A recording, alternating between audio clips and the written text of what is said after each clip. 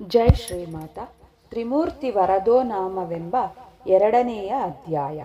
ದೇವಿಯು ಬ್ರಹ್ಮ, ರುದ್ರ, ಹರಿಗಳಿಗೆ ವರವನ್ನಿತ್ತು ಕಳುಹಿಸಿದ್ದು.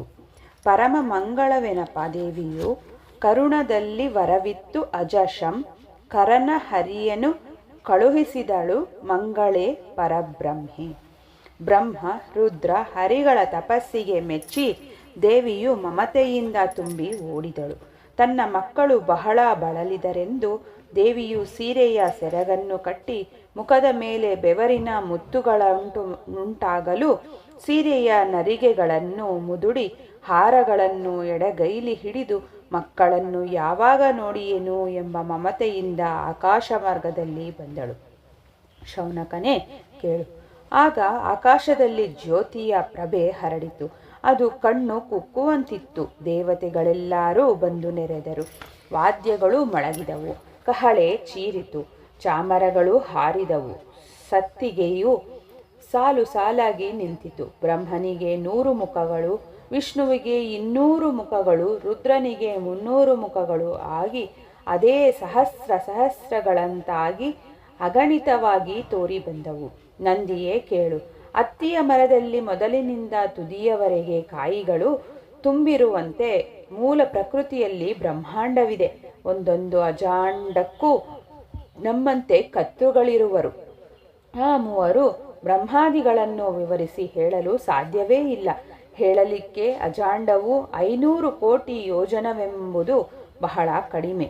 ಅದಕ್ಕೂ 2ರಷ್ಟು 100 ಪಾಲು 2ರಷ್ಟು ಈ ಬ್ರಹ್ಮಾಂಡವು ವಿಶಾಲವಾಗಿದೆ. ಪಕ್ಕದ ಮನೆಯ ಸಮಾಚಾರಗಳಾವುದನ್ನು ನೆರೆಮನೆಯವರು ಅರಿಯರು. ಹಾಗೆಯೇ ಬ್ರಹ್ಮಾಂಡಗಳ ಸುದ್ದಿ ನೆರೆಯ ಬ್ರಹ್ಮಾಂಡಗಳಿಗೆ ತಿಳಿದಿಲ್ಲ. ಬಸವನೇ ಕೇಳು. ಹೀಗೆ ಮೇರೆ ಇಲ್ಲದ ಬ್ರಹ್ಮಾಂಡಗಳಿಗೆ ಬ್ರಹ್ಮ, ರುದ್ರ, ಹರಿಗಳೇ ಅಧಿಪತಿಗಳಾಗಿದ್ದಾರೆ. ಆ ಎಲ್ಲರ ಬೆಳಕು, ಸೌಂದರ್ಯ, ತೇಜಸ್ಸು, ಶೌರ್ಯ, ಆಯುಧ, ಶ್ರೇಷ್ಠ ಕಿರೀಟ, ರತ್ನಭೂಷಣ ಇವುಗಳೆಲ್ಲವೂ ಒಬ್ಬೊಬ್ಬರದೇ ಕೋಟಿ ಸೂರ್ಯ ಪ್ರಕಾಶದಂತೆ ಶೋಭಿಸುತ್ತಿದ್ದವು. ಹೀಗೆ ಆಕಾಶವೂ ತುಂಬಿ ಹೋಯಿತು. ತ್ರಿಮೂರ್ತಿಗಳ ಪರಿವಾರವೆಲ್ಲವೂ ಸೇರಿತು. ದೇವಿಯು ಬರುವ ವೇಗಕ್ಕೆ ಎಲ್ಲರೂ ಸಂಭ್ರಮದಿಂದ ಆಶ್ಚರ್ಯಚಕಿತರಾಗಿ ನೋಡುತ್ತಿದ್ದರು. ಮಹಾದೇವಿಯ ಸೇವಕರನ್ನು ನಾನೇನೆಂದು ವರ್ಣಿಸಲಿ? ಆಕೆಯ ಎಡಬಲಗಳಲ್ಲಿ ವಿದ್ಯೆ, ಅವಿದ್ಯೆಯರು ಶೋಭಿಸಿದರು. ದೇವಿಯ ನಡು ಮಧ್ಯದಲ್ಲಿ ಕೋಟಿ ಸೂರ್ಯ ಪ್ರಕಾಶವನ್ನು ಮೀರಿಸುವ ಪ್ರಕಾಶವೂ ಹೊಳೆಯಿತು. ಕಿವಿಯ ಕುಂಡಲವೂ ಅದಕ್ಕೆ ಸೇರಿದ್ದ ಮುತ್ತಿನ ಸರಪಳಿಯೂ ಶೋಭಿಸಿತು. 1000 ಚಂದ್ರರ ಪ್ರಕಾಶದಂತೆ ಮೂಗುತಿಯು ಥಳಥಳಿಸಿ ಹೊಳೆದು ಆಕೆಯ ಮುಖವು ಪದ್ಮಕಾಂತಿಯನ್ನು ಮೀರಿತು. ಹಣೆಯ ಮುತ್ತಿನ ಬೊಟ್ಟು ಅನುಪಮಾನವಾದ ತೇಜದಿಂದ ಹೊಳೆಯಿತು. ಕೋಟಿ ಸೂರ್ಯರ ಪ್ರಕಾಶದಿಂದ ಮಣಿಗಳಿಂದ ಮಾಡಿದ ಕಿರೀಟವು ಹೊಳೆಯಿತು. ಭುಜವು ಬಂಗಾರದ ಕಾಂತಿಯಿಂದ ಹೊಳೆಯಿತು. ಶತಕೋಟಿ ಸೂರ್ಯ ಪ್ರಕಾಶದಿಂದ ದೇವಿಯು ಪ್ರಜ್ವಲಿಸಿ ಹೊಳೆದಳು. ಆ ಪರಬ್ರಹ್ಮ ರೂಪಿಣಿಯನ್ನು ವರ್ಣಿಸಲು ಯಾರು ತಾನೇ ಶಕ್ತರಿದ್ದಾರೆ? ಕೊರಳಿನಲ್ಲಿದ್ದ ಖಠಾಣಿ ಕರಿಮಣಿಯು ಸೂರ್ಯ ಕಿರಣವನ್ನು ಹರಡಿತು. ಎದೆಯ ಮೇಲೆ ತೂಗಾಡುತ್ತಿದ್ದ ಏಕಾವಳಿ ಸರದ ಮುತ್ತುಗಳು ಕೋಟಿ ಸೂರ್ಯ ಪ್ರಕಾಶವನ್ನು ಮೆರೆಸಿದವು. ಪದಕವು 100 ಕೋಟಿ ಚಂದ್ರಪ್ರಕಾಶವನ್ನು ಮೀರಿಸುತ್ತಿತ್ತು. ಆಕೆಯು 100 ಕೋಟಿ ಸೂರ್ಯರನ್ನೇ ಎದೆಯಲ್ಲಿಟ್ಟುಕೊಂಡಿರುವಳೋ ಎಂಬಂತೆ ತೋರುತ್ತಿದ್ದಳು. ಬಂಗಾರದ ಸರಿಗೆಯು 2 ಸಹಸ್ರ ಸೂರ್ಯರನ್ನು ಮೀರಿಸಿ ಹೊಳೆಯಿತು. ಕಿವಿಯಲ್ಲಿನ ಬಾಳೆ ಚೆಳೆ ತಂಬುಗಳು, ಬುಗುಡಿಗಳು ಕೋಟಿ ಚಂದ್ರ ಪ್ರಕಾಶವನ್ನು ಹಳಿಯುತ್ತಿದ್ದವು. ದೇವಿಯ ಸೌಂದರ್ಯವನ್ನು ಇಷ್ಟೇ ಎಂದು ಯಾರು ಹೇಳಬಲ್ಲರು? ಕಂಕಣ, ತೋಳಬಂದಿಗಳು 3 ಸಹಸ್ರ ಸೂರ್ಯರ ತೇಜಸ್ಸನ್ನು ಮೀರಿಸಿದ್ದವು. ಹಾಲಿನಿಂದ ತುಂಬಿದ್ದ ಎದೆಯ ಮೇಲಿನ ಕಂಚುಕವು ಕೆಂಪಾಗಿದ್ದು ರತ್ನಾಭರಣ ಪ್ರಕಾಶವು ಎಲ್ಲ ಕಡೆ ಹರಡಿತು. ಆಕೆಯು ತೊಟ್ಟಿದ್ದ ರಕ್ತವರ್ಣದ ವಸ್ತ್ರದ ಕಾಂತಿಯು ಸೂರ್ಯ ತೇಜಸ್ಸನ್ನು ಮೀರಿಸುತ್ತಿತ್ತು. ಕೋಟಿ ಸೂರ್ಯರು ಆಕೆಯ ಕಾಂಚಿಧಾಮದ ಮುಂದೆ ನಿಲ್ಲಲಾರದಂತಿತ್ತು. ಆ ದೇವಿ ಮೂರ್ತಿಯ ಸರ್ವಾಂಗವು ಕಾಂತಿಮಯವಾಗಿತ್ತು. ಆಕೆಯ ಮಹಿಮೆಯನ್ನು ಏನೆಂದು ಹೇಳಲಿ? ಕಾಲಿನ ಆಭರಣ, ಗೆಜ್ಜೆ, ಕಾಲುಂಗುರದ ತೇಜವು ಅಪರಿಮಿತವಾಗಿತ್ತು. ಮೇಲಿನ ತೋಳುಗಳು ಸಹಸ್ರ ಆಯುಧಗಳನ್ನು ಹಿಡಿದಿದ್ದವು. ನಾನಾ ರೀತಿಯಲ್ಲಿ ಅವೆಲ್ಲವೂ ಅಸಂಖ್ಯ ಸೂರ್ಯರ ತೇಜಸ್ಸನ್ನು ಸೋಲಿಸುವಂತಿದ್ದವು. ಅವರನ್ನು ಯಾರು ತಾನೇ ವರ್ಣಿಸಲು ಶಕ್ಯರು? ಸುಂದರವಾದ ಉಂಗುರದಂತಿದ್ದ ತಲೆ ಕೂದಲು, ಅದರ ಮೂಗು, ಚುಂಬಕ, ಕೊರಳಿನ ಮೇಲೆ ಭುಜ, ವಕ್ಷಸ್ಥಳ, ಉದರ, ಸೊಂಟ, ಪಾದಗಳು, ಇವುಗಳ ಸೌಂದರ್ಯವನ್ನು ಏನೆಂದು ಹೇಳಲಿ? ಶೌನಕ, ಅದನ್ನು ವರ್ಣಿಸಲು ಸಾಧ್ಯವಿಲ್ಲ. ಪದ್ಮದ ಮೇಲಿನ ಶಂಖದಂತೆ ಆಕೆ ರಂಜಿಸಿದಳು. ಅಭಯ ನೀಡುವ ಆಕೆಯ ಕೈ, ಹಣೆ, ಕಣ್ಣುಗಳು, ಕರುಣೆಯ ಆ ದೃಷ್ಟಿ, ಕುಂಕುಮದಂತೆ ಶೋಭಿತವಾದ ಅಂಗ, ಬಾಯಿಯ ತಾಂಬೂಲದ ರಂಗು, ಕಸ್ತೂರಿ ತಿಲಕ, ಪಚ್ಚೆ, ಪರಿಮಳದ ಚಂದನ, ಸುಗಂಧಗಳಿಂದ ಕೂಡಿದ ಮತ್ತು ರಕ್ತವರ್ಣದ ಪುಷ್ಪಹಾರ ಧರಿಸಿದ ಹೂ ಮುಡಿದ ಕೇಶ, ಇವೆಲ್ಲದರಿಂದ ಆ ಪರಬ್ರಹ್ಮೆ ರಂಜಿಸಿದಳು. ತನ್ನ ಮಕ್ಕಳು ಬಳಲಿದರು ಎಂದು ವೇಗದಿಂದ ಓಡಿ ಬಂದುದರಿಂದ ಆಕೆಯ ಎದೆ ಮುಖಗಳ ಮೇಲೆ ಕಿರು ಬೆವರಿನ ಮುತ್ತುಗಳು ರಂಜಿಸಿದವು. ಉಸಿರಾಟ ವೇಗವಾಗಿತ್ತು. ಆ ವೇಗಕ್ಕೆ ಸರಿದ ಸೆರಗನ್ನು ಸರಿ ಮಾಡಿಕೊಂಡು ಬಾಯಾರಿಕೆಯಿಂದ ಅಕ್ಕರೆಯಿಂದ ಬಂದ ಆ ಪರಬ್ರಹ್ಮವು ಶೋಭಿಸಿತು. ವೃಷಭೇಷಣೆ, ಕೇಳು. ಶ್ರುತಿಗಳು ಅನಂತಗಳು ದೇವಿಯ ಚಾರಿತ್ರ್ಯವನ್ನು ಹೊಗಳಲು ಅಸಾಧ್ಯವಾಗಿರುವಾಗ, ಸಾವಿರ ಮುಖದ ರುದ್ರಗಳು ಅಶಕ್ಯರೆನಿಸಿರುವಾಗ ಯಾರು ತಾನೇ ಸುತ್ತಿಸಲು ಸಾಧ್ಯ? ದೇವಿಯ ವೈಭವವು ಅಸೀಮವಾಗಿದ್ದು ಅಪರಿಮಿತವಾದ ತೇಜಸ್ಸು ಮೆರೆಯಿತು. ವೃಷಭನೇ, ನಾವು ಮಹತ್ವಪೂರ್ಣವಾದ ಬ್ರಹ್ಮರೂಪಿಣಿಯನ್ನು, ಜಗದ ಆದಿ ವಸ್ತುವನ್ನು, ಜ್ಯೋತಿಪೂರ್ಣವಾದ ಮೂರು ಲೋಕಗಳ ಜೀವನವನ್ನು, ಅಂತರಾತ್ಮವನ್ನು, ಸಚ್ಚಿತ್ ಆನಂದಾತ್ಮಳನ್ನು ಕಣ್ತುಂಬ ನೋಡಿದೆವು. ಅಂತರಾತ್ಮದಲ್ಲಿಯೇ ನೋಡುತ್ತಿದ್ದ ದೇವಿಯನ್ನು ಹೊರಗೂ ನೋಡಿದ ಅನಂತರ ನಮ್ಮ ಆಯಾಸ ಪರಿಹಾರವಾಯಿತು, ಚಿಂತೆ ಮೆರೆಯಿತು, ಸಂದೇಹವು ಅಡಗಿತು. ಬಹಳ ದಿನಗಳಿಂದ ಬಯಸಿ ಯಾರಿಗಾಗಿ ಕಾದು ಕುಳಿತಿದ್ದೇವೆಯೋ ಆ ಸುಂದರ ಪರಬ್ರಹ್ಮವು ಮುಂದೆ ಹೊಳೆಯಲು ನಾವು ಮೂವರು ಆಕೆಯ ಪಾದಗಳ ಮೇಲೆ ಬಿದ್ದೆವು. ಅನಂತರ ಎದ್ದು ನಿಂತು ಮಹಾದೇವಿಯ ಮುದ್ದು ಮುಖವನ್ನು ನೋಡಿ ನಮ್ಮ ಕಣ್ಣುಗಳನ್ನು ಆ ಪೂರ್ಣ ಬ್ರಹ್ಮದಲ್ಲಿ ಮುಳುಗಿಸಿ ಆನಂದ ಬಾಷ್ಪವನ್ನು ಸುರಿಸುತ್ತಾ ಬಿದ್ದು ಬಿದ್ದು ನಮಸ್ಕಾರ ಮಾಡಿ ಕೈ ಮುಗಿದು ನಿಂತು ಸ್ತುತಿಸುತ್ತಾ ಆನಂದವನ್ನು ಪಡೆದೆವು. ಓಂ ನಮೋ ಓಂಕಾರಿ ಜಯ ಜಯ. ಓಂ ನಮೋ ಹ್ರೀಂಕಾರಿ ಜಯ ಜಯ. ಓಂ ನಮೋ ರಕ್ತಾಂಗಿ ಜ್ವಾಲಾಮುಖಿಯೇ ಜಯ ಜಯ. ಓಂ ನಮೋ ಸುಜ್ಞಾನಿ ಜಯ ಜಯ. ಓಂ ನಮೋ ಜಗನ್ಮಾತೆ ಜಯ ಜಯ. ಓಂ ನಮೋ ಮಾಮ್ಮಾಯೇ ಜಯ ಜಯ ದೇವಿ. ಶ್ರೇಷ್ಠವಾದ ಸ್ವರ್ಗವನ್ನೀಯುವ ಭಗವತಿಯೇ, ಪರಾತ್ಪರ ಸ್ವರೂಪಳೆ, ಪರವಸ್ತುವೆ, ಪರಾತ್ಪಳೆ, ಪರಬ್ರಹ್ಮೆ, ಶ್ರೇಷ್ಠ ಚೈತನ್ಯಳೆ, ಪರಮೇಶ್ವರಿಯೇ, ಪರಮ ಸುಖದಾಯಿನಿಯೇ, ಪರಸ್ಮ ಸ್ವರೂಪಳೆ, ಪೂಜ್ಯಳೆ ತಾಯಿ, ನಿನಗೆ ಜಯವಾಗಲಿ.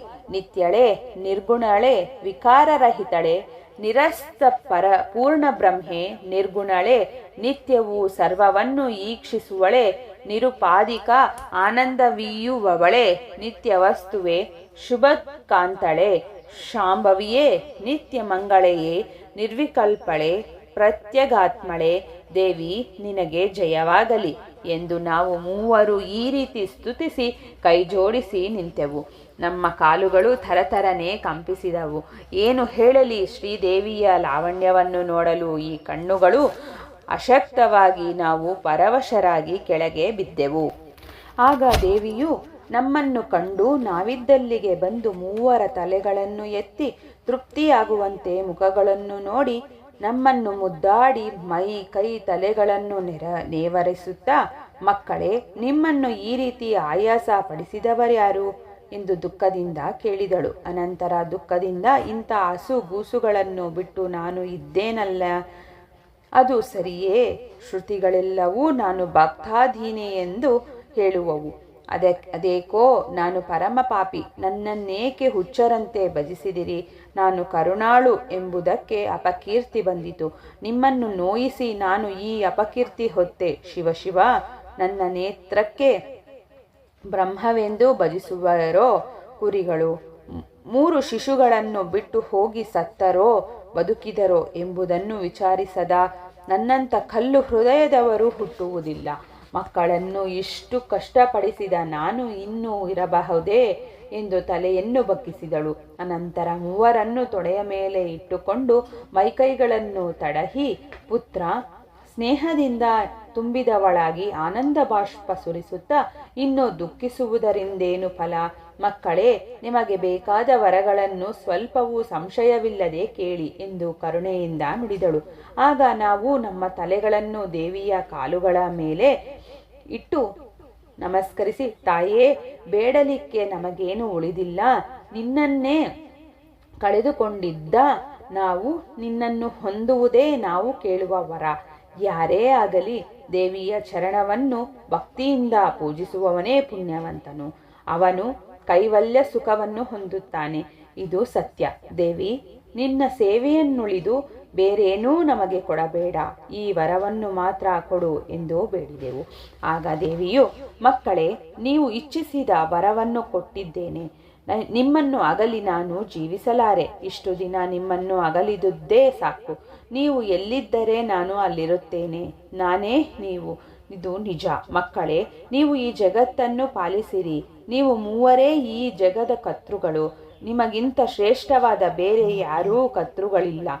ಬ್ರಹ್ಮನು ಸೃಷ್ಟಿಯನ್ನು ಮಾಡಲಿ, ವಿಷ್ಣುವು ಅದರ ರಕ್ಷಣೆಯನ್ನು ಮಾಡಲಿ, ರುದ್ರನು ಲಯವನ್ನು ಮಾಡಲಿ. ನೀವು ಹೊರಟು ಈಗ ಈ ಬ್ರಹ್ಮಾಂಡಕ್ಕೆ ಒಡೆಯರಾಗಿರಿ ಎಂದಳು. ದೇವಿಯ ಮಾತುಗಳನ್ನು ಕೇಳಿ ನಾವು ಆಕೆಯ ಪಾದಗಳಲ್ಲಿ ಹೊರಳಿ, ದೇವಿ, ನಮಗೆ ಈ ಜಗತ್ತು ಬೇಕಾಗಿಲ್ಲ. ನಿನ್ನ ಮಾತಿಂದ ಈ ಜಗತ್ತನ್ನು ಕಂಡು ಧನ್ಯರಾದೆವು. ಇನ್ನು ಈ ಜಗತ್ತಿನ ಬಂಧನವು ನಮಗೆ ಬೇಡ ಎಂದೆವು. ಅದಕ್ಕೆ ದೇವಿಯು, ಮಕ್ಕಳೇ, ಮರೆವು, ಅರಿವು ಇವುಗಳನ್ನು ಕೊಡುವವಳು ನಾನೇ. ನಿಮಗೇಕೆ ಈ ಮರುಳುತನ? ನನ್ನ ಸೂತ್ರವೇ ಪ್ರಧಾನ. ನಿಮಗೆ ಯಾವ ಸ್ವತಂತ್ರವೂ ಇಲ್ಲ. ಅನಂತವಾದ ಬ್ರಹ್ಮಾಂಡವೂ ನಡೆಯುತ್ತಿರುವುದು ನನ್ನ ಆಜ್ಞೆಯಂತೆಯೇ. ಇದೆಲ್ಲ ನನ್ನ ಲೀಲೆಯಲ್ಲವೇ, ಬೇರೆ ಅಲ್ಲ. ನಿಮಗೂ ವೇದವನ್ನು ಕಲ್ಪಿಸುವ ನೀಚನು ಅಧಮ ನರಕಕ್ಕೆ ಇಳಿಯುತ್ತಾನೆ. ನಾನು ನೀವು ಐಕ್ಯವಾಗಿದ್ದೇವೆ. ಈ ಐಕ್ಯತೆಯನ್ನು ಅರಿತವನೇ ಪುಣ್ಯವಂತ. ಅವನಿಗೆ ದೈವ ಸಾಕ್ಷಾತ್ಕಾರವಾಗುತ್ತದೆ. ನಿಮ್ಮ ಮೂವರ ಅವತಾರವೇ ನಾನು. ಇದು ಸತ್ಯ. ನಿಮ್ಮ ಭಜನೆಯೇ ನನ್ನ ಭಜನೆ, ನಿಮ್ಮ ಸ್ತುತಿಯೇ ನನ್ನ ಸ್ತುತಿ, ನಿಮ್ಮ ಮೂರ್ತಿಯೇ ನನ್ನ ಮೂರ್ತಿ. ಇದು ಸತ್ಯ. ಈಗ ನೀವು ಮಾತನಾಡದೆ ನಡೆಯಿರಿ ಎಂದು ನಮ್ಮನ್ನು ಅಪ್ಪಿಕೊಂಡು ಆಕಾಶದಲ್ಲಿ ಆಕೆ ಅದೃಶ್ಯಳಾದಳು. ಬಸವನೇ ಕೇಳು. ಹೊಗೆ ಮಾಯವಾಯಿತು. ದೇವಿಯೂ ಮಾಯವಾದಳು. ಸೇರಿದ್ದ ಪ್ರಜೆಗಳು ಮಾಯವಾದರು. ನಮ್ಮ ಕಣ್ಣು ಮನಸ್ಸುಗಳಿಗೆ ಅದು ಸ್ವಪ್ನದಂತಿತ್ತು. ದೇವಿ ಮಾಯವಾಗಿ ನಾವು ಮೂವರು ಉಳಿದುಕೊಂಡು ಚಿದಾನಂದಾತ್ಮ ಗುರುಶ್ರೇಷ್ಠನನ್ನು ಕಾಪಾಡಬೇಕು ಎಂದೆವು. ತ್ರಿಮೂರ್ತಿ ವರದೋ ನಾಮವೆಂಬ ದ್ವಿತೀಯ ಅಧ್ಯಾಯವು ಮುಕ್ತಾಯವಾಯಿತು. Thanks for watching this video. Please subscribe my YouTube channel for more videos. And also share this video to reach more number of people. Thank you.